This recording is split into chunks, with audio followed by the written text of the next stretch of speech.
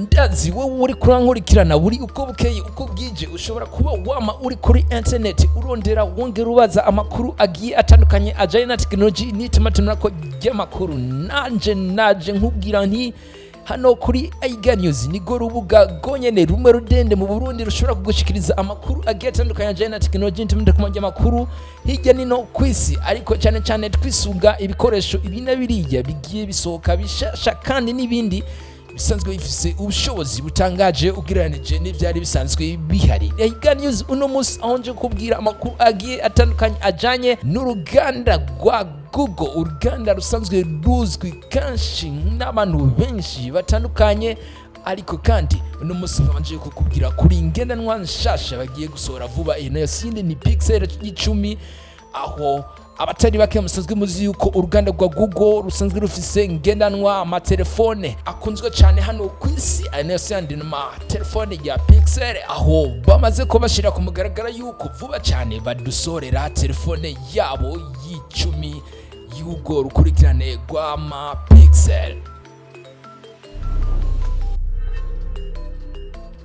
Turetse iPhone tukareka Galaxy S, ariko kandi telefone za Pixel n'ingendanwa nyinshi ziba zirindiranywe igishika y'ino kwisi, kuko nizo nganda zitatu kenshi ziba ziriko zirahiganirwa amasoko ya mbere mu gukundwa n'abantu benshi hano kwisi, ariko kandi n'ingendanwa kenshi ziba ziriko zirakoreshwa n'abantu benshi ndetse niyo zisohoka zivugisha isi yose. Ni Google Pixel 10, telefone nshasha igiye gusohoka vuba muri kuno kwezi k'umunani, aho na cyane ari telefone nkuko namaze kubabwira ikorwa n'uruganda rwa Google, uruganda rusanzwe ruzwi nk'uruganda rukora ibintu bya quality hano kwisi, ariko kandi uruganda ruri mu nganda zitatu za mbere zishobora kuba zikora ngendanwa amatelefone akomeye kandi akunzwe n'abantu benshi hano kwisi.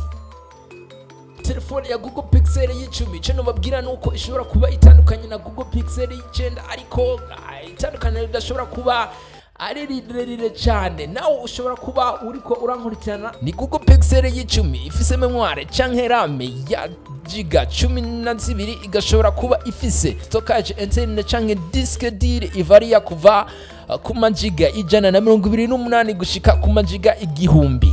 Ningendanwa ifise battery ifise ubushobozi bugera kuri miliampere 4970, ariko kandi iyo battery ikaba ishobora gusharizwa kuri watt 15 mu gihe uri kurakoresha charger y'urutsi. Tugiye ku ruhande rwa kamera, ari nago ruhande benshi baba barindiranye igishika, ari nago ruhande benshi baraba imbere yuko bagura amatelefone yabo, ariko kandi ari nago ruhande amashirahamwe menshi ashiramwo inguvu kugira ashobore kuronka isoko rinini, eka kandi ashobore gurumbirwa n'abantu batari bake.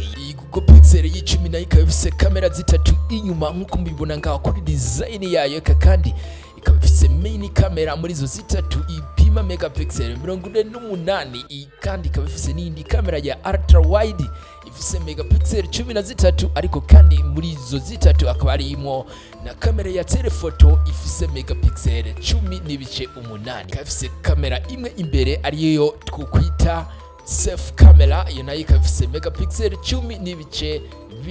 ikaba ifise ubushobozi bwo gushobora gufata video wo kugera kuri resolution ya 4K. Ningendanwa kuva mu ruganda rwa Google, aho musanzwe muzi yuko Google basanzwe bafise systeme d'exploitation yabo, inayo akaba ari Android. Ingendanwa mu gihe ifise Android ya 16, eka kandi ingendanwa ni Pixel 10 2025 ifise screen ya inchi 6.3, eka kandi ikaba ifise nits zigera ku 2000, izo nazo zikaba zifasha muri brightness mu bijanye n'umuco. Ni ingendanwa kandi ku ruhande rwa design nkuko muri kumwe murayibona babandanije bakipinga canke bagumana akanovera ka Google Pixel nkuko musanzwe muzimenyereye design z'ama Google Pixel zindi za 9, 8 n'izindi. Eka ini ngendanwa ushobora gukoresha wifi, kandi kafise bluetooth, kandi kabishobora kwakira kate simu zibiri, imwe mu bwoko bwa nano sim, iyindi ya eSIM. Ushobora kuba utazi itandukaniro riri hagati ya nano sim ndetse na eSIM. IgaNews tiri hano kugira dushobore gutahuza, mu gihe wanditse muri commentaire ukavuga uti iki niki naco ndiko ndatahura neza. Ningendanwa tosokera ku $799, ariko sinzi gushika mu Burundi izoshika hano kurangahe. Ni mugihe kandi iyi ngendanwa uzosohoka kuri genekerezo rya 21 uku kwezi turimo ku8 umwaka w'2025, ariko kandi iyi ngendanwa mukazoba mushobora kuyironka isi yose inyuma y'ico kiringo. Yari IgaNews kumwe namwe mu biganiro bigiye bitandukanye na technology intimate kujya makuru hano cyane no musiko tubabwira amakuru aje na ngendanwa canke telefone nshasha giye gusohoka vuba kuva mu ruganda rwa Google yanasindi ni Google Pixel 10 hano cyane ko musazi umenyere hano kuri IgaNews dengeshanya kubaha amakuru agiye atandukanye na technology intimate kujya makuru na cyane gusaba kuba namwe dukurikirana aho muri hose ibihe byose na hose kumwe natwe tunabashimira. Merci beaucoup.